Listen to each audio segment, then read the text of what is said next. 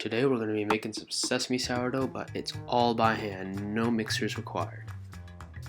We're going to start off by spreading 1 full cup of sesame seeds over any sort of baking tray with parchment on it. We're going to toast these sesame seeds at 400 degrees until they're brown like that. For me, this was about 10 minutes. We're going to make the dough pretty much like any other dough that we made, starting off with 1,000 grams of all-purpose flour, adding in 70 grams of regular water, and mixing it all together. But this time, since we're doing it by hand, we're going to mix it a little differently. We're going to take a large wooden spoon and mix it together. This will probably take a bit because you want to get all the flour incorporated, but it will be worth it in the end. Here it is all mixed, and you can see that I've incorporated all the flour. It can be a little bit chunky, but you want to make sure that all the flour is incorporated and it's definitely a little bit smooth. We're also going to let it autolyse now for 30 minutes. Here we are 30 minutes later, and it's time to add in the starter and the salt. We're going with 200 grams of starter and 20 grams of salt. By the way, if you need help with any of these parts or extra details or anything, just go check out my other videos. I'll probably put a link somewhere up on the screen. I'm not really sure where, but somewhere. They go a little more in-depth tutorials for beginners to making sourdough.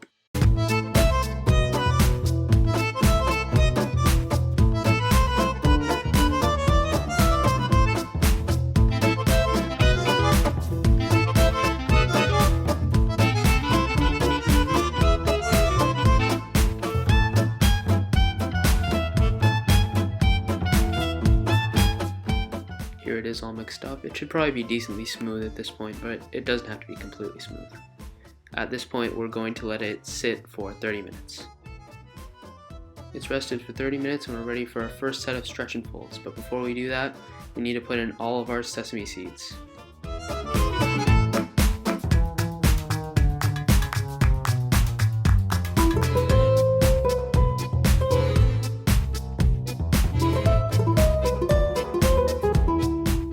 Once your sesame seeds are in, proceed to stretch and fold as normal. Really just try to incorporate all the sesame seeds in.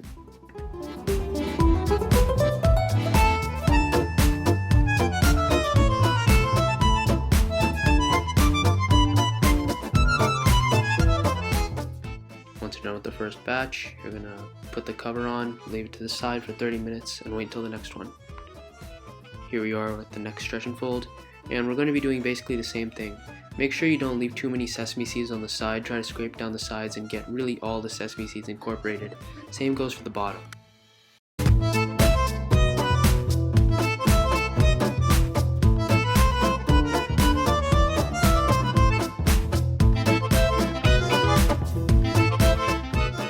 Once you're done with that stretch and fold, cover it up once again, let it sit for 30 minutes, and we'll come back to do the next stretch and fold. Third stretch and fold, same idea. Just try to incorporate all the sesame seeds.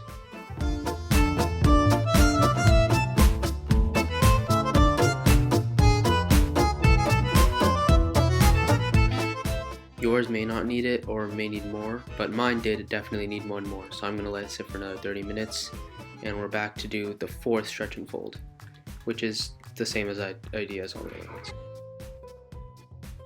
This was my final stretch and fold. My dough was done at this point. Yours may need more or less. It completely varies on the dough. But mine was done, so now I'm going to let it sit 12 hours in the fridge overnight to bulk rise. It's the next day and we're back. We're going to dump out our dough after lightly flouring our surface and cut them roughly into 2 halves.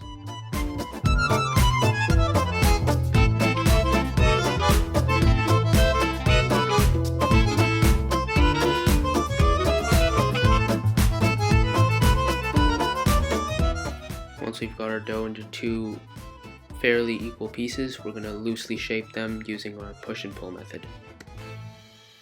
Again, if you're lost or need extra help with this method, again, go watch my other video. It goes deep into depth on why the push and pull method is good, why to use it, how to use it.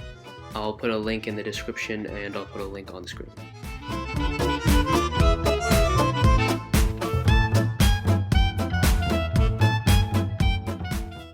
once the loose shaping is finished, just sprinkle the tops with a little all-purpose flour.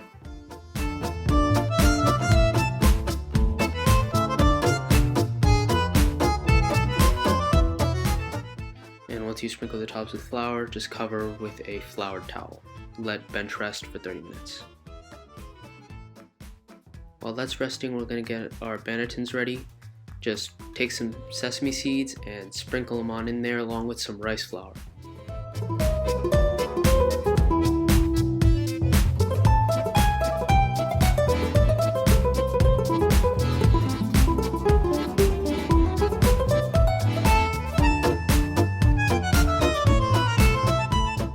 Our dough has finished bench resting, so now we're going to give it its final shape. We're going to want to flip it over and use our other method of shaping, where we take each corner and fold it into the middle to get nice air bubbles. And we're going to also then flip it over and do our push-pull method in addition.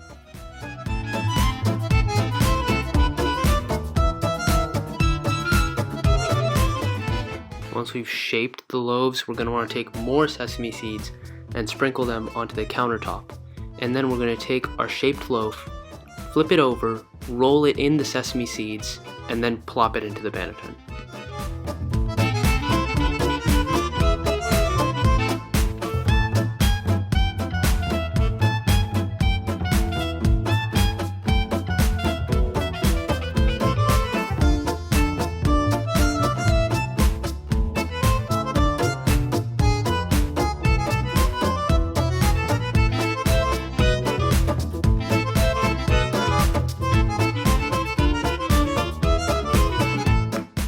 After we've seeded them and put them into the bannetons, it's time to let them proof. This will probably take anywhere from 3 to 6 hours. While your dough is proofing, you're going to want to preheat your oven to 450 degrees. And with your pans in there, remember, you gotta have your pans in there while it's preheating. Once your dough is proofed and your oven is ready, get out your parchment, cut it out, whatever you need to do, and turn out your loaves.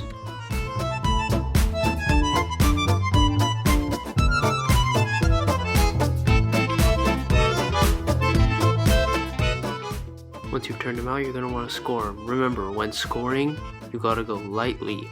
And if you want that big ear, you got to make sure you're going really almost completely horizontal to the dough.